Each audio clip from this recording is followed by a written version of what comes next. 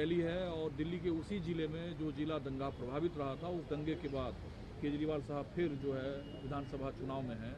कल क्या कुछ राहुल जी की रैली का थीम है और जो दंगा प्रभावित जिला है उसको देखते हुए जो लोग ये आरोप लगाते हैं कि दंगे के पीछे कौन थे, निर्दोष लोग फंसाए गए। हमारी रैली का थीम है जय बापू, जय भीम, जय संविधान। और अगर हमारी थीम को भारत सरकार, भारतीय जनता पार्टी सरकार की सरकार और केंद्र राज्य में आम आदमी पार्टी की सरकार मानती तो ना दंगा होगा, ना कोई कानून व्यवस्था में कोई भी गड़बड़ होगी। क्योंकि सभी जब संविधान की बात होगी तो संविधान की जहाँ बात होगी तो किसी के साथ ना अत्याचार होगा न अन्याय होगा। तो ये कराने वाला कौन है ये भी सबको मालूम है। और जब दंगा हुआ, दंगा पीड़ितों के बीच में, उस समय ना केजरीवाल जी गए और ना भारतीय जनता पार्टी का कोई भी नेता वहाँ गया।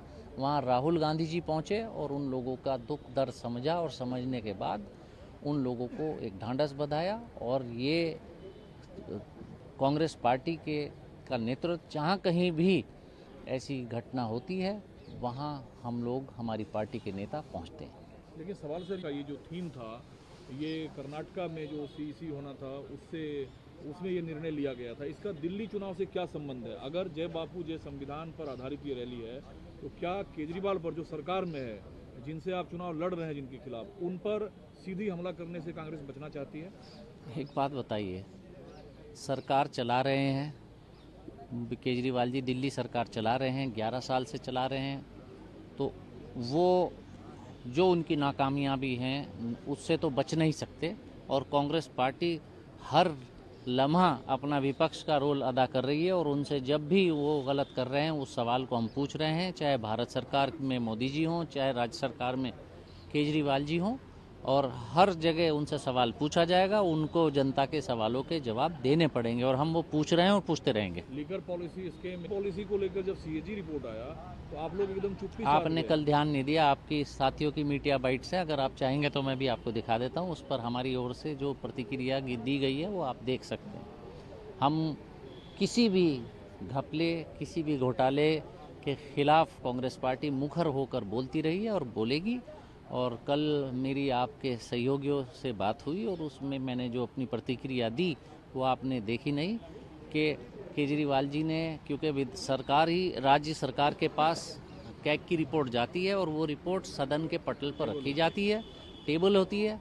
वो विधानसभा में वो इस वजह से नहीं रखी क्योंकि केजरीवाल जी का काला चिट्ठा उसमें था और जो ये अपने आप को कट्टर ईमानदार कहते हैं वो कट्टर बेईमान उसमें साबित हो रहे हैं, जो कि एक सरकारी दस्तावेज़ है।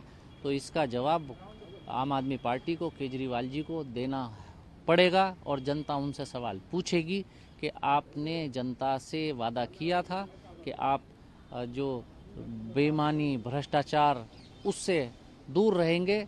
और सबसे ज़्यादा लिप्त आम आदमी पार्टी के नेता, और वो भी शराब घोटाले में हुआ है, ऐसा कभी किसी ने ना सोचा था ना देखा।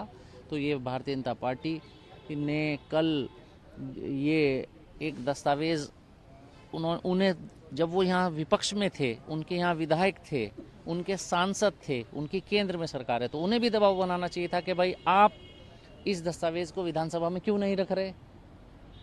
तो कैसे लीक हुआ ये अलग इशू है, लेकिन दोनों इसमें सम्मिलित हैं।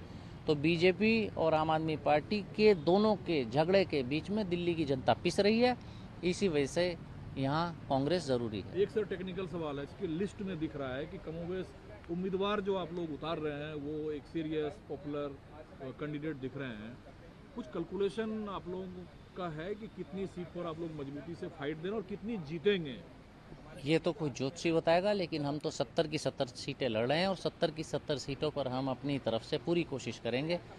अब फिर जनता के दरबार में हम लोग हैं, कुदरत जो करे फिर देखा जाएगा, जो भी कोई रिजल्ट आएगा। और उम्मीद करते हैं कि जनता कांग्रेस पार्टी की विजय पर मोहर लगाएगी और यहाँ दिल्ली में भारतीय जनता पार्टी और आम आदमी पार्टी के बीच में जो ये आपसी झगड़े का, आरोप प्रत्यारोप का चक्कर चल रहा है, राजमहल शीश महल इसी में उलझ रहे हैं, वोटर लिस्ट इसी में उलझ रहे हैं, दोनों नई दिल्ली की वोटर लिस्ट पर दोनों लड़ रहे हैं।